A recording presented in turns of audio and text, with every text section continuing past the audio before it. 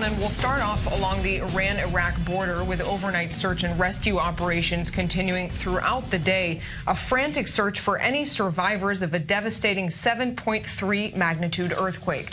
The brunt of the destruction came on the Iranian side of the border. Officials there putting the death toll at over 400 people, with a staggering estimated 7,000 people injured. In Iraq, it was mountainous towns in Iraqi Kurdistan hardest hit. There, at least 8 people killed and another 535 wounded. The victims on both sides of the border awaiting desperately needed aid. It's really cold, but people don't want to go back home because they fear for their lives.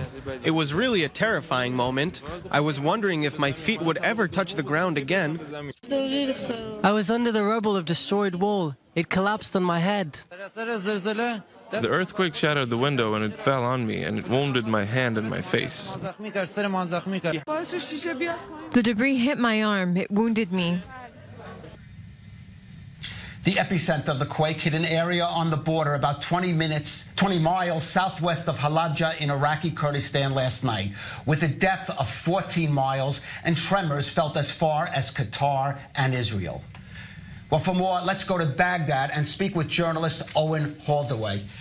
Owen, can you just update us on what you know about the latest from the earthquake hit area?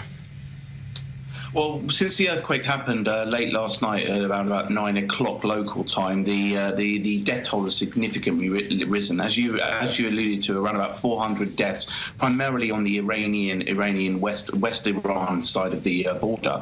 There's a particularly significant death toll in the town of Sarpali-Zab, which borders Iran and Iraq. This town has a lot less structural buildings that are well equipped to deal with such intense earthquakes of the size that this one was. Meanwhile, here in Baghdad, there were significant tremors. However, there's been no reports of any injuries, but there were an advisement to avoid any potential malls or elevators within that.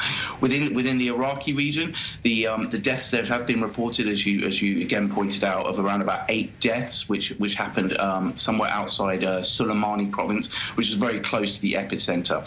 The ongoing operation to aid has been quite successful at the moment. They've moved into a lot of these areas, but they're being slightly hindered by some of the terrain in the area. That being said, there's around about 70,000 people who've been affected by this quake, and there's an increased demand for donations of blood and potential other aid supplies to help those who've been affected by this devastating quake. Owen Haldaway in Baghdad, thank you for that report.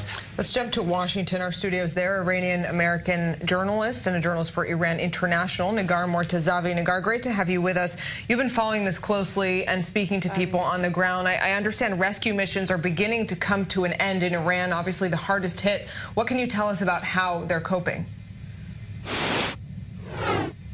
Yes, as it was mentioned in the reports, over 7,000 people are reported injured. The death toll still rises. It's at 407 deaths right now, and several hundred villages in the western areas of Iran have been affected. This is a very mountainous area. The population is scattered, and it's just difficult to reach these different residential areas. In the cold season has already begun, so it can get pretty cold at night. It's out of electricity, the area, out of running water, and it's just a very devastating situation that these residents are under. The rescue missions have been pretty rigorous, but there's still people reported stuck under the rubble, and we'll have to wait and see how that comes to an end.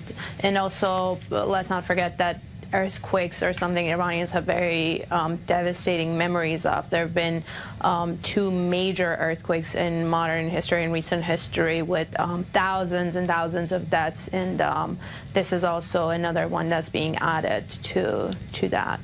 Nagar, you mentioned that experience, for example, 2003, something like 26,000 people. Has Iran responded properly in those prior incidents?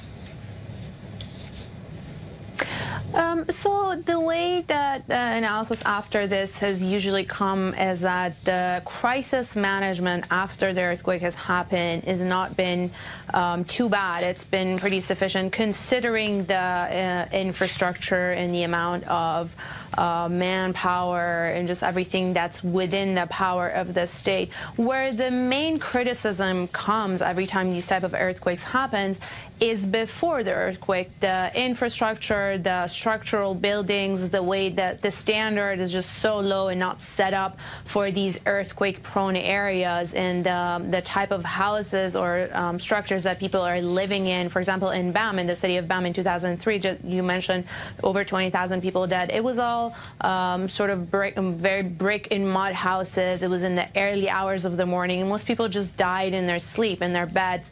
And that's where the main criticism has been directed by the Iranian society. And every time the earthquake happens, the crisis management comes to an end. It seems like this issue is then buried again and forgotten until the next tragedy happens, and then the discussions will start as far as standards of structures and an alarm system for the population.